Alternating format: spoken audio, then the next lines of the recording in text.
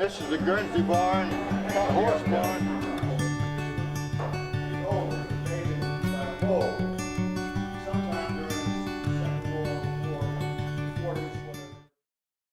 You all remember when you went out in a cold morning, and what did you find? Your milk bottle sitting there, and what had happened to it? It had popped up, and if you had a cat in the neighborhood, it would look like an hourglass, wouldn't it? I'm not sure that our milk is any. I guess technically it's better than it was in the 1940s, maybe something like that. But seeing a glass bottle brings back certainly memories for me, and I'm sure it brings back memories for you. There's one place here, two places here on campus. Barbara and I have been here now 6 years. Never thought as a young clergyman in the Diocese of Maryland, the Episcopal Diocese of Maryland, that I would ever get old enough to be here, or even be here when I was old enough.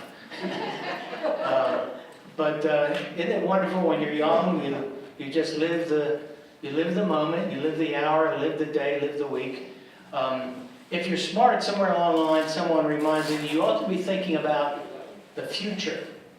And all of a sudden now, as Barbara and I enjoy entering our 7th year at Fairhaven, we look back on a large portion of our life with all kinds of fond memories. I didn't know too much about the farm. I call it the farm, Barbara calls it the home. But I didn't know much about the farm until I actually decided that, in fact, when I came onto the board as a sitting bishop, I wanted to learn more about Fairhaven. But it called to my memory my first days with Fairhaven. And I want to prompt yours, and if you've got something that pops into your head, just raise your hand, and I'd like for you to share it with us.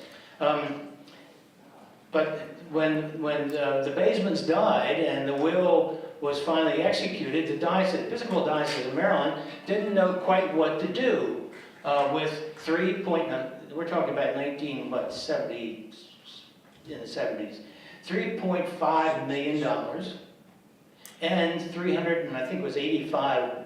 That number changes around. I think it's about 385 acres of land here in Carroll County.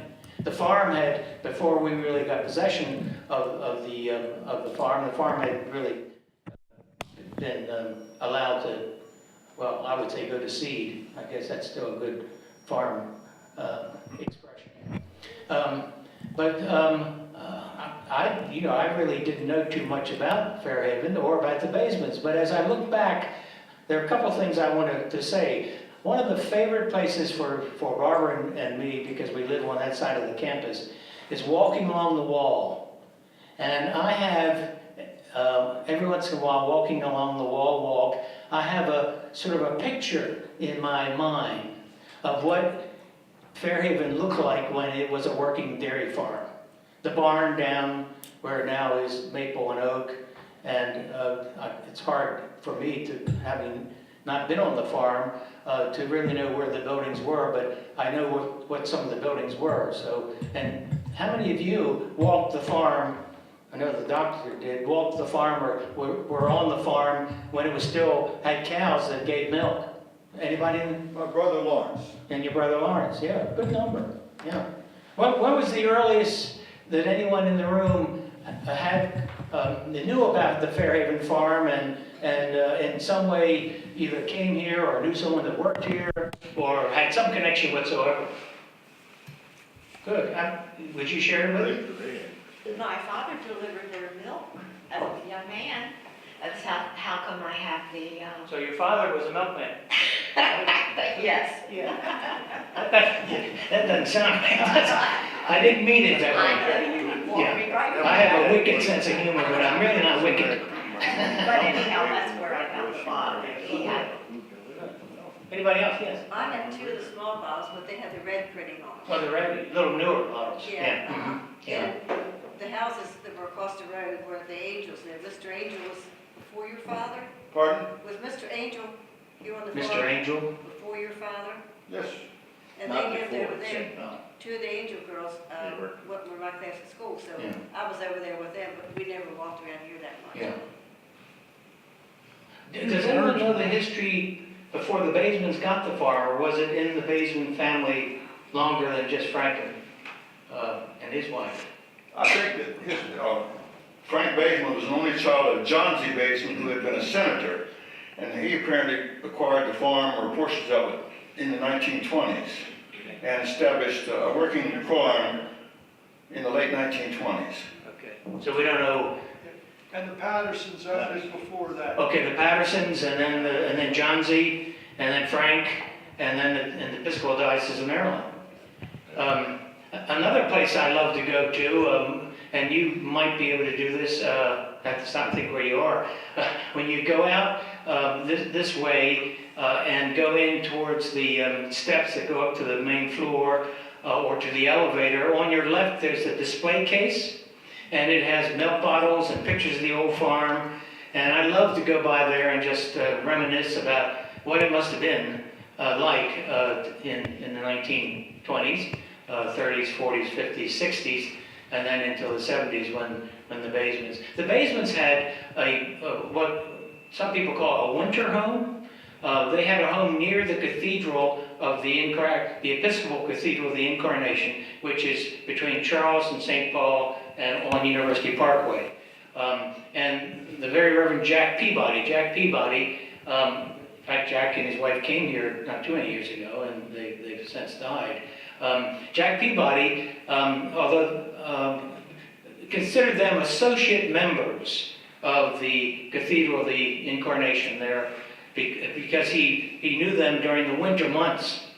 And it was during conversations with Jack, we call him Jack Peabody, that the Basemans started to think about doing something for people in their later years. When they died, the will so stated that this property and the 3.5 was to come to the Episcopal Diocese of Maryland to establish an home for older people. I'm assuming, and some of you may know why, I'm assuming that the Basemans, maybe with John Z, I don't know, with their father, or had some experience with what can happen to us, and often does, in our later years, when we don't have the energy, we don't have the resources, we don't have the physical strength or agility to take care of ourselves even. Mr. Frank Baseman had Parkinson's disease and suffered from it for a number of years before his demise. Yeah, I don't think I've ever read that. That's good to know, because if you're experiencing that yourself, I think it's easier. That's not the word I want. It's understandable how you can be thinking about other people who are experiencing the same thing, or even something different, or even worse. Thank It you. was the only house in town that actually had like an elevator within the house to go from floor to floor, is my understanding. Now you're talking about the summer out here. Out here. Out here, yeah. Out here. Mhm, yeah. I don't know where they lived exactly in I think it probably was in what we call Guilford, in the Baltimore area. Near St. Hopkins. It was near Johns Hopkins Hospital. Yeah. Oh, near the hospital. That would be East Baltimore. I don't think so. I thought it was. Well, the university. Near the university. Yeah, the university site is way west of the hospital site. Yeah, I think you're right. It's probably the university site. I defer. And that. Yeah, when you're wrong, right? I know, because I've been there a lot. What I read, that Frank Baseman's father was a senator. That's correct. That's correct. Thank you. Well, when the diocese received it, there was some controversy. Now, how could there be controversy over $3.5 million and 385 acres in Carroll County? Now, a lot of people in Baltimore inside, let's see, it was the Beltway was built. Inside the Beltway, thought that you all out here were really country folk. That's the nice way of saying it. We were. You were. Good for you. And we had people that only could see Baltimore City as where life began and ended, what could we do? What possibly could we do out there in the country? You know, who would go out there in the country in their later years? That was not my concern. As a young Turk, I was probably ordained a priest maybe 10 years then, and I was making probably $8,000 a year. I was thinking, how in the world am I ever going to afford a place that they're thinking about? So some of us were a little skeptical about anything like this being done. And remember, in those days, the term CCRC had not been invented. So we're talking about a home for old folk, is how some people would say it. The idea of retirement community had not, yes? You've forgotten one word that was in the will, and I just don't know how they could have forgotten. The word was indigent. Oh, Is that actually is in the will, indigent? Yeah. Because I always thought, well, goodness, that's not what it turned out to be. Yeah. You really Well, have somebody to live here. Yeah. If you haven't found this out, you can write a will, or someone else can write a will. By the time it's fully executed, it can be a lot different than originally. That happens my experience has been the church. And of course you have to go to court, and you have to have a hearing. Will this satisfy we did this when Upland's Home for Church Women we wanted to sell that years later, like 1980. And we had to go to the court because that had been left with certain specific requirements for the use of what was then the summer home, also of the Jacobs. But back to my story. So some said, doesn't the will also, people do read wills, doesn't the will also say that the Episcopal Diocese of Maryland is not absolutely required to use it for a home for the aged? And that was true. It could be used for general purposes.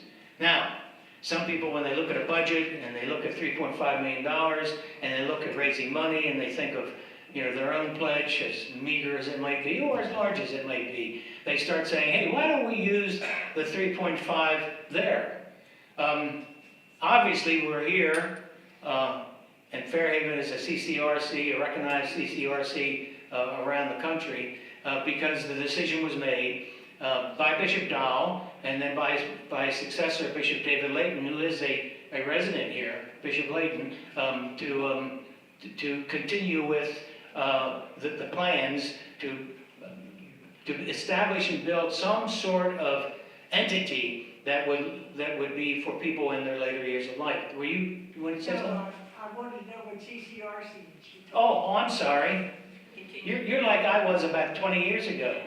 Jim Melhorn had a meeting with us, and he said, now all CCRCs, and I said, what? And he said, CCRCs, I mean, like one, I said, what's a CCRC? And he had to explain it's Continuing Care Retirement Community. And that's a technical term now, of whether you're a CCRC or assisted living entity or yeah, whatever. So the diocese under Bishop Layton then, after the farm had been, I think about 10 years, just was vacant. I think it was almost 10 years. Put together a committee of talented and gifted people to look at what can we do to establish what we now call a CCRC, Fairhaven. I wanted to say something though at this point about the basements. Isn't it amazing that because of the pastoral care of one clergyman, and basically that's it, that's not the whole story, but that's a good part of the story. Because of his care, and because of probably Frank's struggling with his own loss of health and loss of vitality, the mind started thinking about, we've been blessed.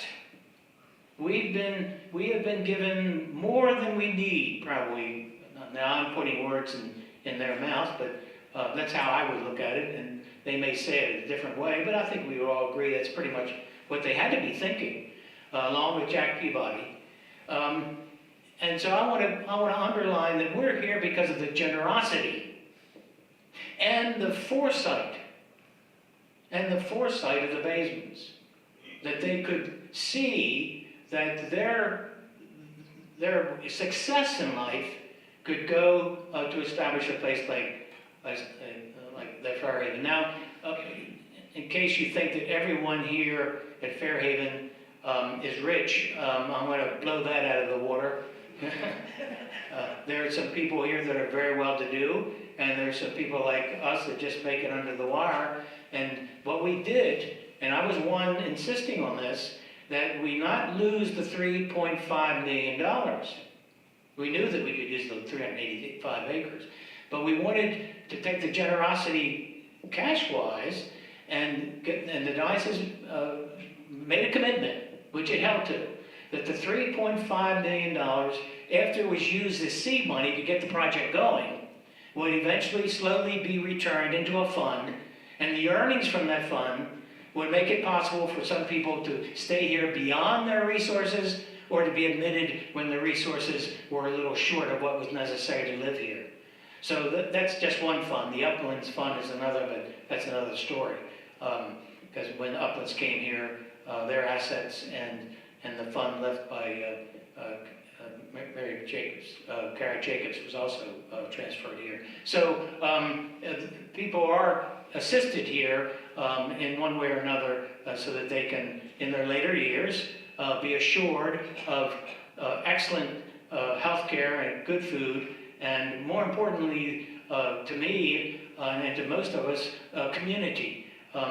This is a retirement community, but it is a lively community, and those of us who have the pleasure of being part of it are very grateful to the Basemans for their foresight and their generosity, for the pastoral care of Jack Peabody, and for the diocese. Bishop Layton story, you can read if you're interested in learning much more than I'm going to tell you about.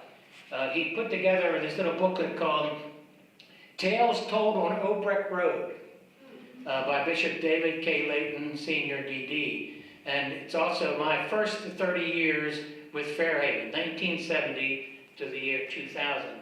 And if you want to fill in, if you want to connect the dots, or maybe make some dots and fill in between the lines, I recommend that you get a copy of that from our library or just from Fairhaven and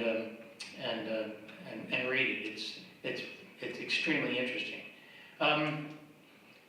At this point, I would like, we've had some of it, but I wanted to be sort of the warm-up guy. Have I prompted some memories? Because this is the group that says, I remember that.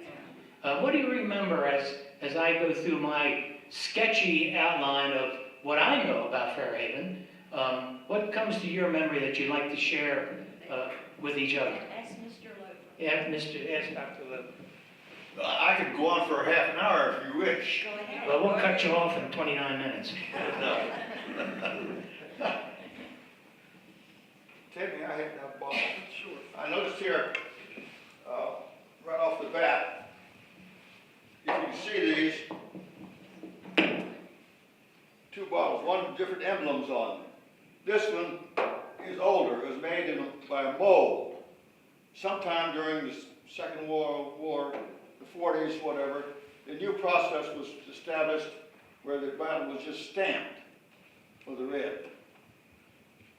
That's so if you, in your collection, if you have some with the mold, made in the mold, it's older than what this one is.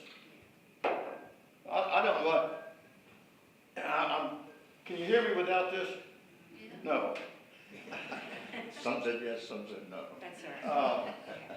I guess going to the beginning, I don't know when the farm started, somewhere in the 1920s, Mr. John Z. Baseman established it, and actually, in its totality, it was around 600 acres.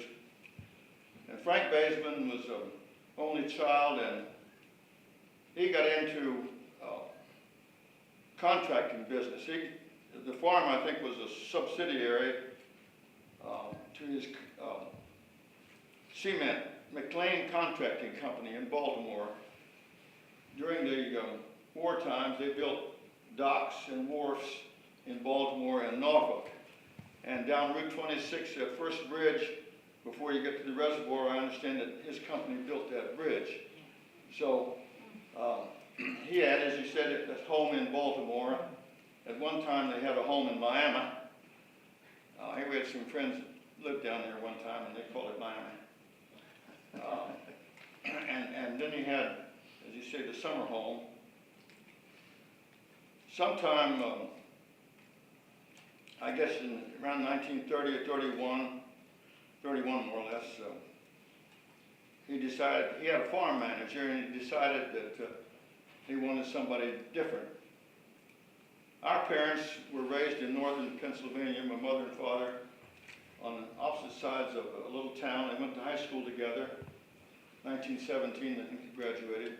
Mother went into school teaching, and Dad served about 6 weeks in the American Army, and then went to Penn State, got a degree in farming, diploma in 2-year farming degree from Penn State. So he had some education, some training in farm management.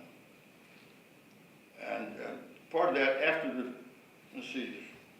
during this 2 years, he got with a farm in Lancaster County. So anyhow, sometime during 1931, this is the war years. Well, I'll go back a minute. Mother and Dad married in 1924. I was born a year later, and my brother Lawrence was born a year after that. And then our folks went back to Pennsylvania and farmed a little bit with my grandfather on 60 acres. But then you get, our brother was born then in June of 31, in the war times, and Dad and Mother wanted to expand a little bit. And anyhow, Mr. Baseman, through a mutual friend, another different story, found out about Dad as a potential farm manager, contacted him, and sum and substance is that the 6th of January 1932, Dad and Mother moved to Fairhaven and became the farm manager, and by good fortune remained in that status for the rest of the 30-some years. At that time, it was a working dairy farm. The main stay was that we supplied milk to the University Hospital in Baltimore. Mr. Baseman had I guess it was on their board, and that carried the farm, really. And it was a 300-gallon milk. We pasteurized it and bottled, hand bottles in these bottles, delivered it in Sykesville and rural routes, Eldersburg, and then down Liberty Road a little bit. But the main thing was University Hospital in Baltimore. Early on, Dad, I think, planted an apple orchard, strawberry patch, an asparagus patch, and so we had, and then we had plenty of food in a big garden. There were this big barn that we have here. Must have been built sometime in the 1920s, up in the top part of the corners there. There was 1918, so at some time I think they said it had burned earlier and then rebuilt. But that big barn held 60 head of cattle, and then there was an auxiliary barn for the Guernseys for 30 head, a horse barn, had 5 or 6 stalls in it, a hog pen. We had a bull barn for 2 or 3 bulls, and then we had a calf barn, where another building there was for the calves. So it was a working thing there, and there were 5 men, I think, that milked the cows in the Holstein, and then the was mentioned here, the Angel, Paul and Anna Angel milked the Guernsey here. There were about 30 cows, and their children helped them early on. Then Paul was a big, heavy man. I guess he weighed 400 pounds. I don't know how he kept going, but then... That's an exaggeration. He tends to do that. But anyhow, he had apparently a fatal heart attack one time and then just died. And anyhow, there were different things on the working farm, making hay, and I don't know how many of you remember the Jones sisters.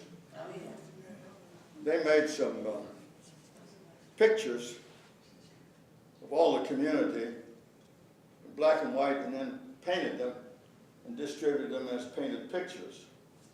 They were quite well known, and I've got a few pictures here of the processes of the farm operation, which I can show you too. Were these cows hand milked at that time? Sir? Were they hand milked? Yes. We hand milked until we got milking machines probably 1945, 1946. It was all hand milking. In the Holstein barn, there was 6 rows of 10 cows, and there were 5 milkers and so forth. Here's this is a picture of the cornhuskers. Corn shops. If you go down to McDonald's restaurant, whatever, carry out, there's a picture, there's a copy of this highlighted near their coat machine. Now they claim it was mules. I don't think we had any mules on the farm.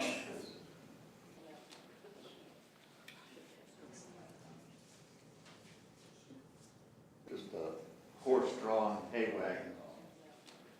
And that was before we had baling hay. You made the hay with steaders, and then you took this wagon, and it was a big machine that, with claws, would pick up the hay and dump it, and then you milk, put it in the wagon, and brought it in, and then transferred it into the barn from up into the mows. Thrashing machine operation. And some people still here know how a thrashing machine works. Well, you know, Besides Ken and me, I this don't thrashing machine was, that was operated by Oscar Streeter, Sr., and he, entrepreneur farmer, and then he had one or two of these machines, and an oil-pulled engine, and he could go around the country in the summertime with 2 of men, doing thrashing. And then with Fairhaven, it was 3 or 4 days operation. We had several different spots. There's a black and white photograph taken with, well, in front is a shop area, and then you can see the tops of the barns that he was talking about.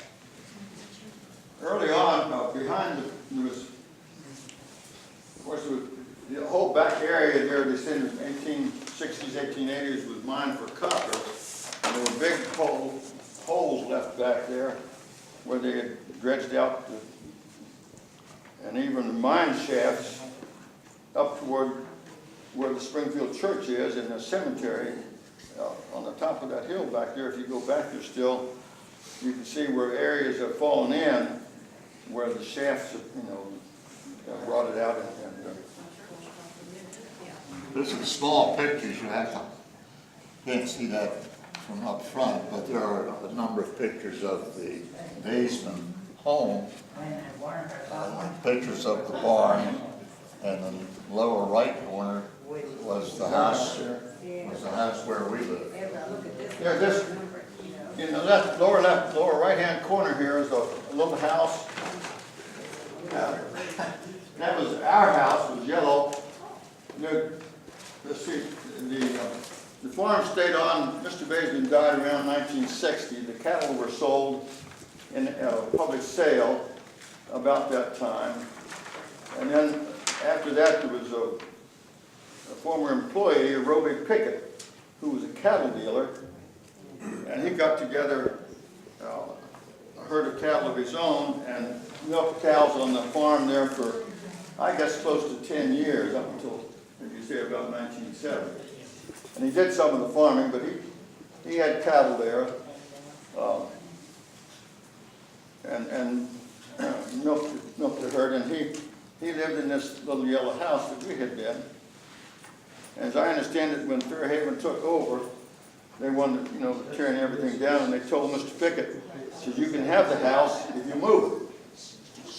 So he did, and it's out there on Oak Brook Road, just beyond the ballpark, is the yellow house, and he dug a foundation for it and set it up, and he told me that he got, basically he got the house for about half of what it would have cost him. Is that still standing? It's still standing and still there, yes, It's ma'am. still yellow. If you got over that road, you can see it. It was moved.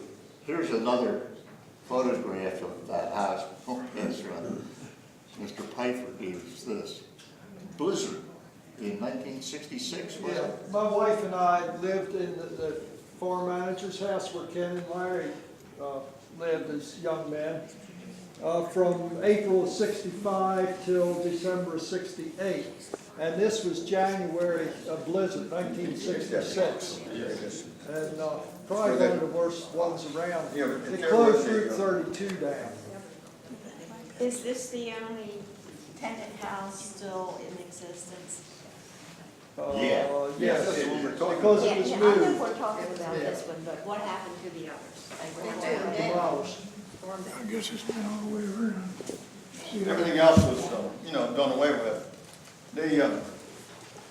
The farm consisted, if you go out Oak Brook Road and off left is all, Has this been away for all the way the Hawks Ridge now is all built up. That was This week, isn't a it? 100-acre farm. At one time, I think it belonged to somebody with McDonald's, and Mr. Basin had bought that and incorporated it with the other farm. And then,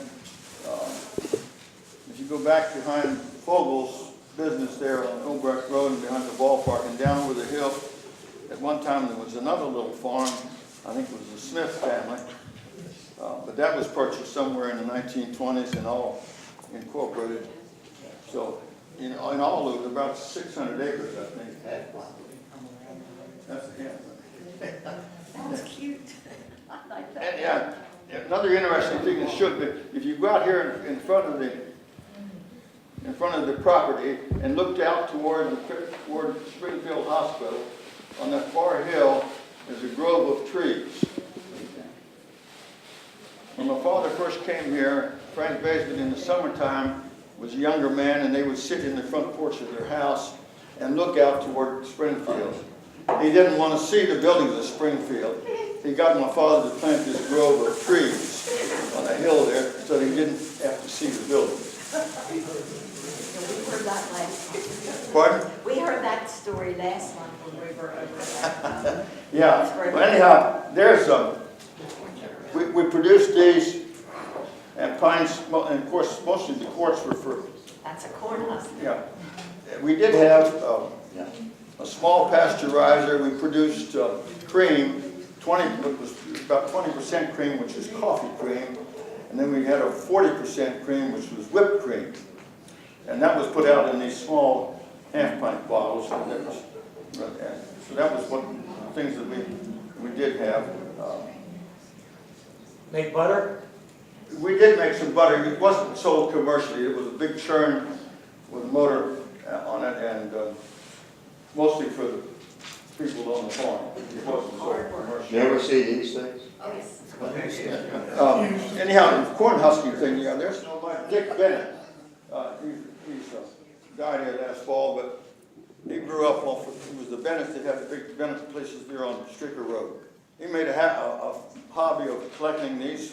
These are pegs at corn husking, and they would use them and help to pull that husk off of the ear of corn. When you did that all day long, you just couldn't do it with your fingers.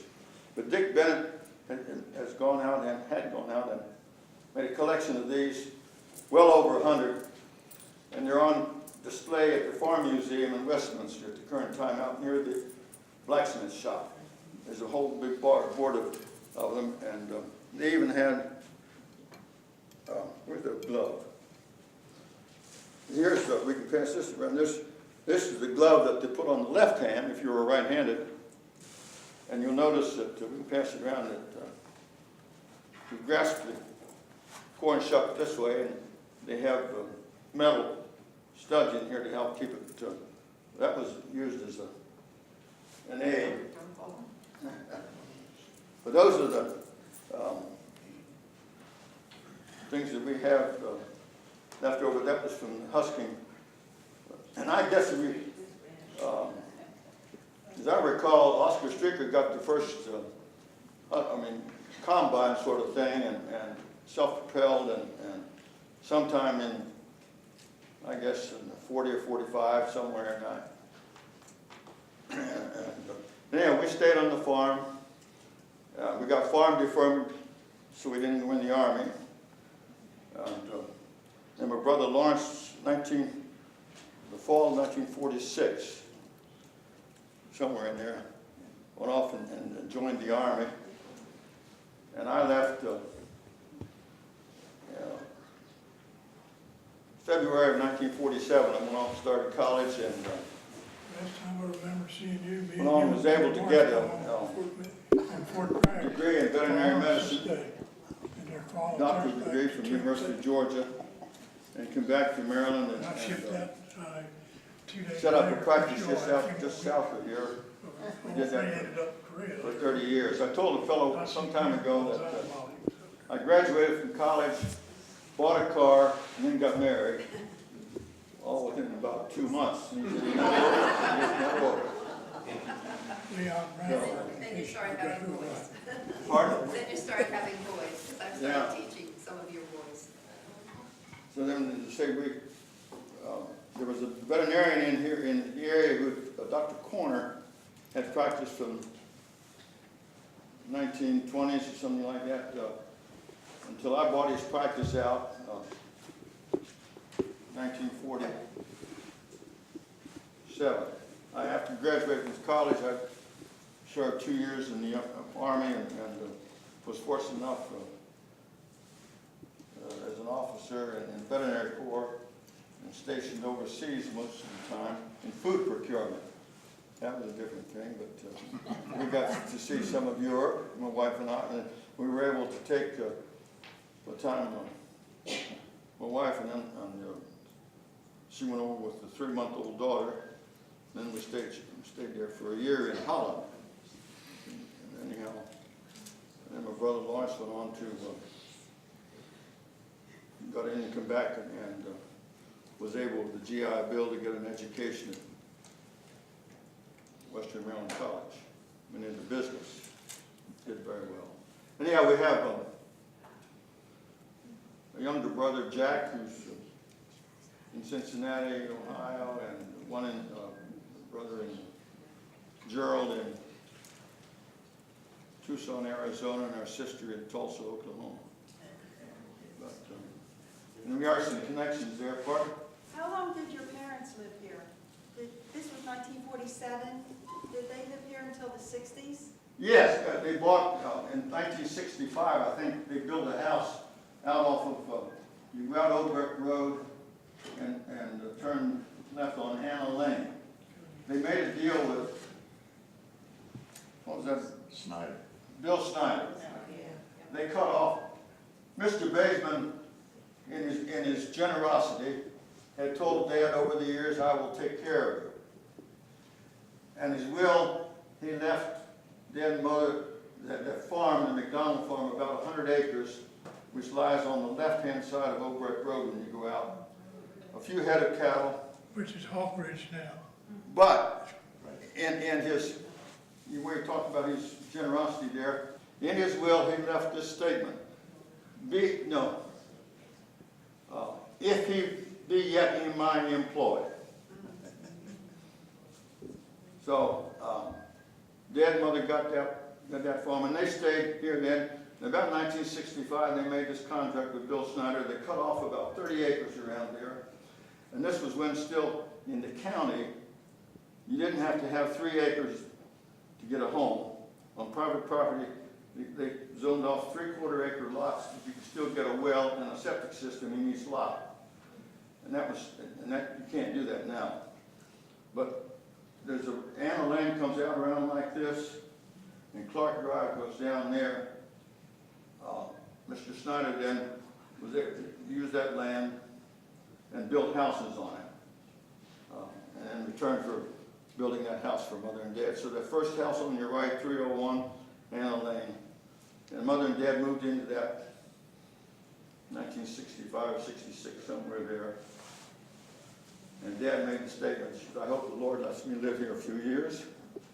And he did, about 8. I think Dad died in 1973, and Mother stayed there until she died in 1981.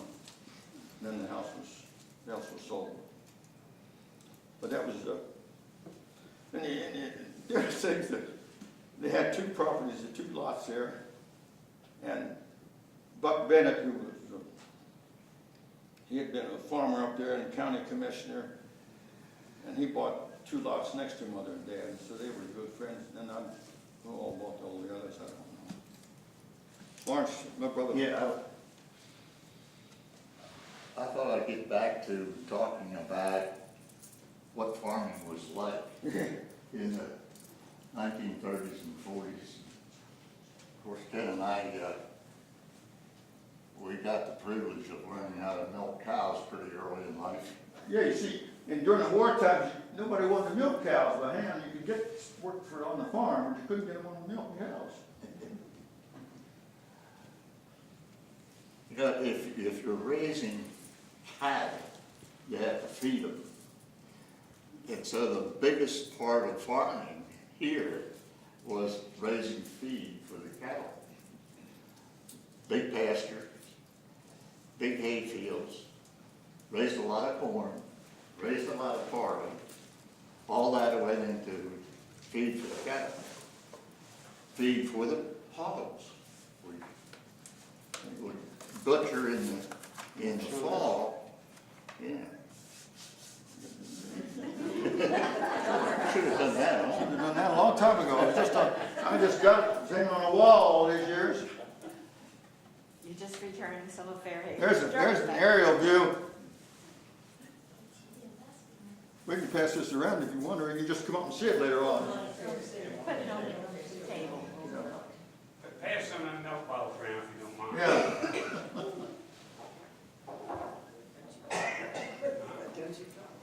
Try not to. And no filtering. So, Why not? And cheap insurance. so we kept busy and we learned most of the necessary jobs on the farm. You say something. Okay, so some of the pictures you saw showed a hay wagon, and you can see it's pretty hilly ground. The hay got pretty heavy on that wagon, so we hitched up a 6-horse team.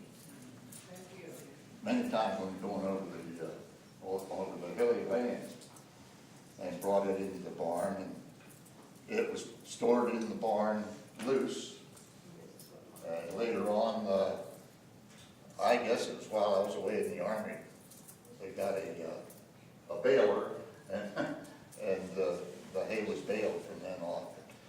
While we were growing up, we got the enviable job of forking hay, loading it on the wagons. We had a grapple hook, if you can imagine, coming in like that.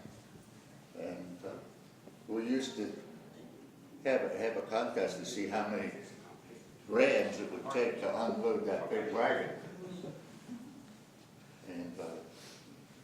And we made fun out of hard work. I mentioned we raised hogs, and in the fall they were butchered.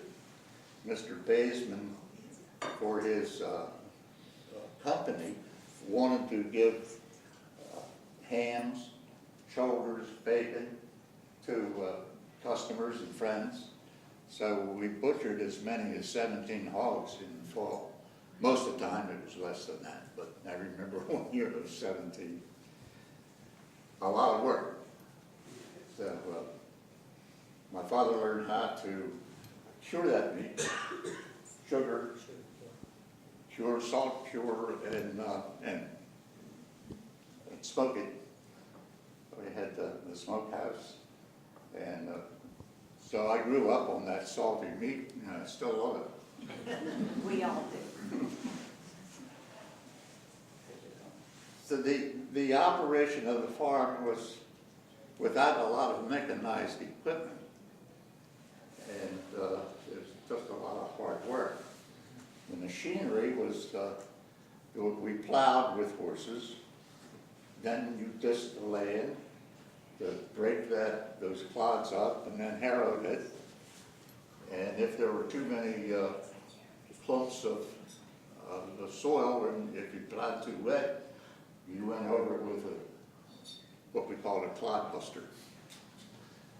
Right, Ted? Slab drag. And slab drag it. To prepare it for the planting, and we had a corn planter, and we used just a 2-row corn planter. Now you see farmers that plant corn, and they're planting 8 or 10 rows at a time. When I was in the Army, I made friends with a man from North Dakota. He came and visited me once because he grew on a North Dakota farm where there are no trees and it's nothing but flat ground. So they raised crops on the flat ground and used big, wide equipment where the equipment here was pretty narrow. So when he visited, he just couldn't understand why we were so dumb and not cut down all the trees and level out the ground. But that was farming in Carroll County back in those days. Any questions about Fairhaven? Yes? The Angel family, they worked on the farm. Yes. How long did this Paul and Anna Angel stay working on the farm? Do you remember? I can't come up with exactly the number of years. I know that they were here in about in the late 30s and stayed until about 1960. No, Paul died in 40, Paul died before that, he died in 44, something like that. And we had a large family, right? Yes. Paul died that early? All right, I don't remember. And she had to go to work over at Springfield too. So they lived out Eldersburg Way in the 2-story brick house where Yes. from remember pizza, that. as I remember. Paul died before I went off to college.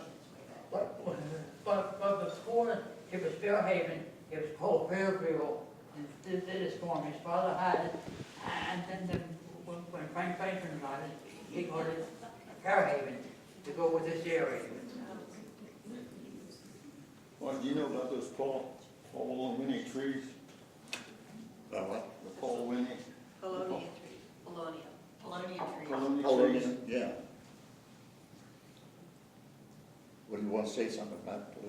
There's Well, there's a hillside with paulownia trees on it. Catawba There's trees. another name for it, and I was trying to Catawba.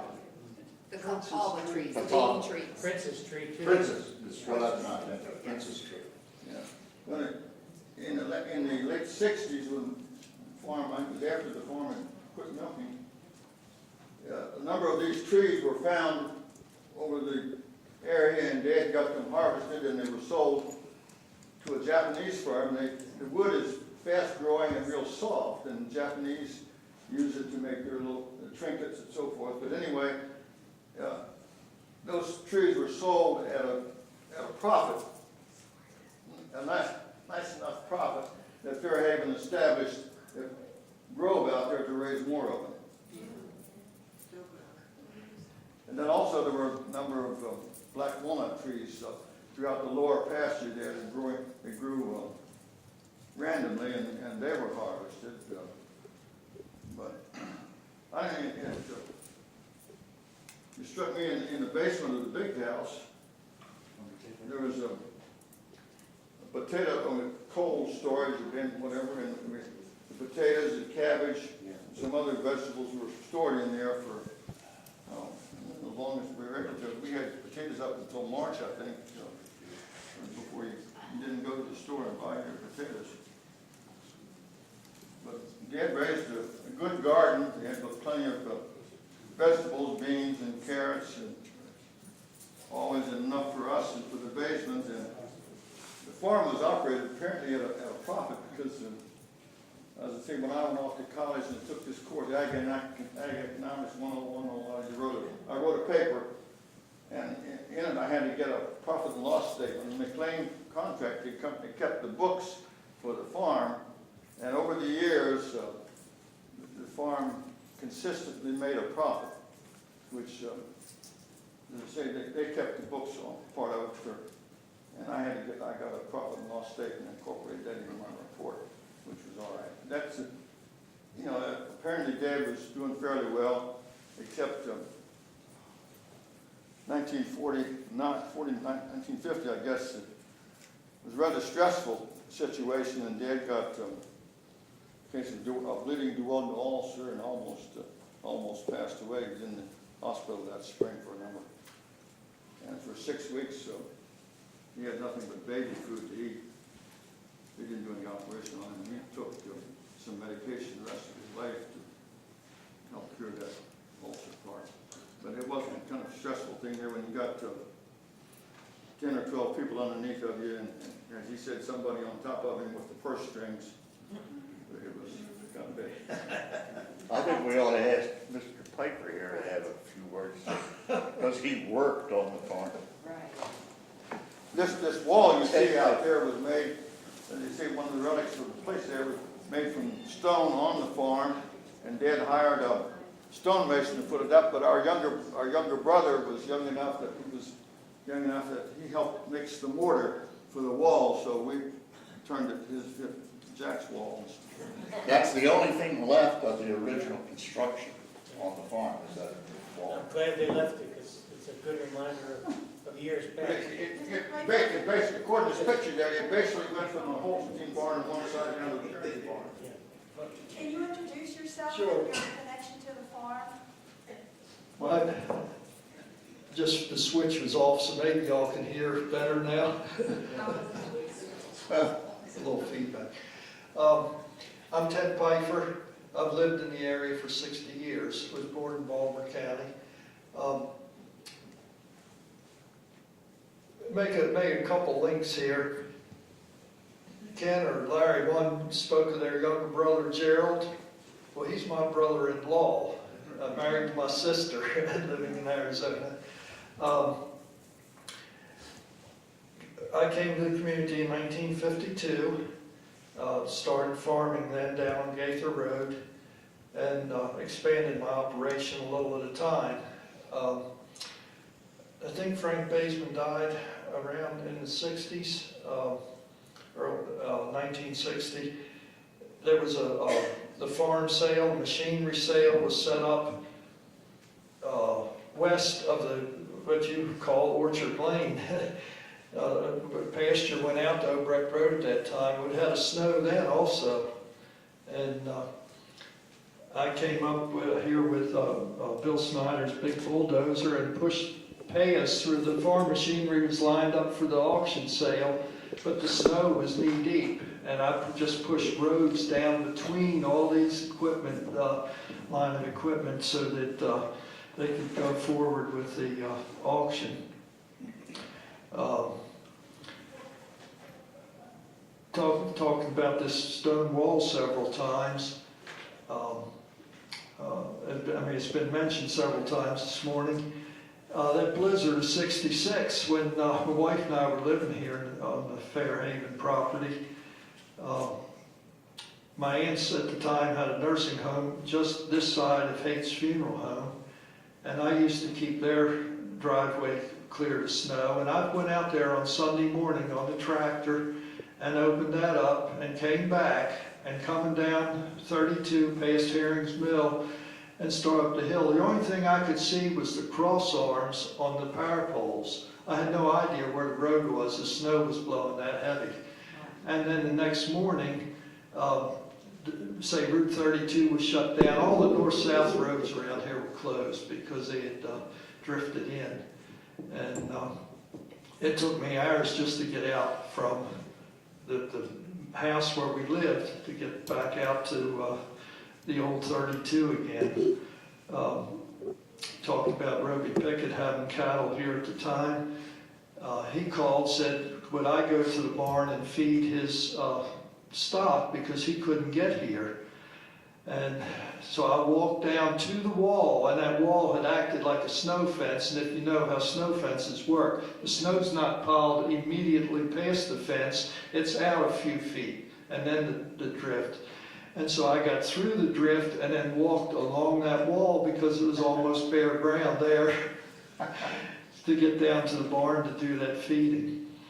The other thing I did here at Fairhaven prior to that, when they had stopped thrashing at that point, and I had purchased the combine from Oscar Streaker, that I started doing the harvesting of the barley and rye here on Fairhaven. And Fairhaven and Wakeman Bavard out at Eldersburg, I think were the last two to cut their grain with a binder and shock it, and also the corn. Other smaller farms had given up that, most of them, and had gone to combining the grain and picking the corn out right in the field. I don't know if there's anything else I can add, any questions? But I can remember all these buildings very well. Yes? Was that Easter of '66? No, it was about January, I think. January. Yeah. No, it wasn't the Palm Sunday blizzard, that was 42. Yeah. I do remember that, I am that old, but wasn't living here then. Yeah, I think it was the last 2 days of January, 1st of February. Everything was closed out for a week. Schools, everything closed for a week. Because it blew so much. Right. So, Another question back. was there another question? No, I just have a comment. I remember that snow, and I lived on Old Frederick Road between Pete Dorsey and Jim Hurt, who you might remember. I know that. And Jim Hurt came across the field with 2 buckets of milk for my children because the milk people couldn't get in. And he said, this is unpasteurized, but both my sons grew up pretty nice. And so we used it, but my children didn't like it because it was too creamy. Tastes like garlic in the springtime. Well, yeah. Raw milk will never hurt you, I'm still here. I drank it for years. I do want to add one more thing, talking about doing the harvesting. When I was on the combine, I did a lot of the custom work, went from farm to farm. It was, as soon as the dew was dry in the morning, it would start, and I ran that combine till dusk, and which could be up to 12 hours a day. In order to keep me going, my dear friend Clark Loper, Ken's and Larry's dad, came out. I was unloading the grain bin off the combine, and he came out there with a huge sandwich, which Mrs. Loper had made, and a quart of milk in one of these bottles, and that's maybe where I got mine. And that was my dinner that evening, so that I could keep going until dark.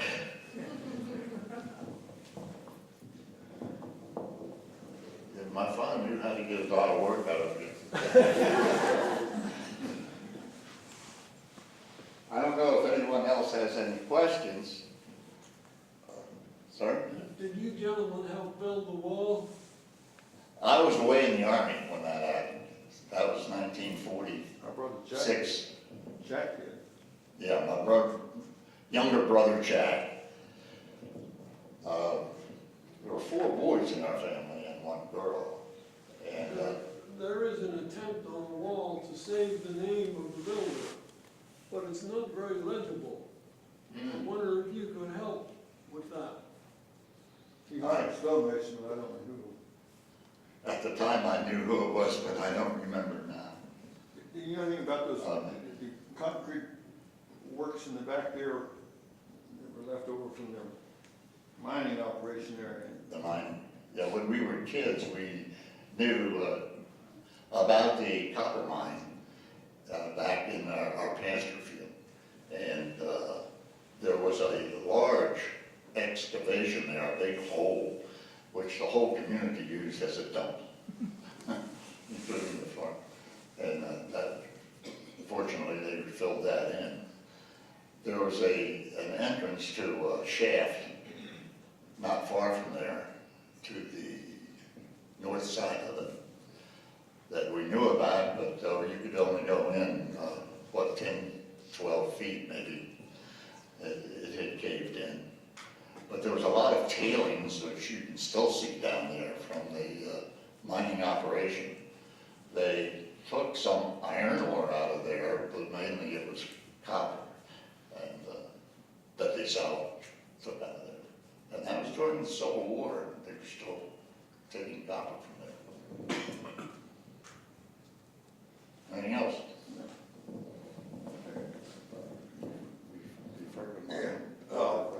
Back there, and still there now is, and I noticed in somewhere here was mentioned Mr. Engineer, Mr. Ferguson, one of the first residents of Fairhaven, an inquisitive gentleman, and I know back behind what we used to call the pasture, and on those works there was a lot of brush, and I never looked in there, but Mr. Ferguson was able to dig in, and I have seen the concrete works there. I don't know how to explain it, but there's a wall built in such a fashion that your mining cars could come out, and then there would be a space on the bottom underneath there for the wagon and team. And the mining carts would dump their ore down into the larger wagon, which would take it over for refining or whatever. But there's concrete works. Mr. Ferguson uncovered them with brush and all of it around them, and I didn't even know they were there. But it's interesting, and there's a lot of iron work, concrete work still in that area left over from this copper. And if you want to, anybody, take a walk back there and see it, and there's a lot of remnants of it. They used to call those things tipples, where they bring the car out and the car would be tipped. Yeah. Out in western Maryland and the Landing, you see a lot of the old tipples. Well, there's some of that still back there, if if you're able to, go look at it, the remnants of the copper mining age. I guess that's where you get, the copper rich thing. Where exactly is back there? There's a sketch on the back, and it shows the colonial tree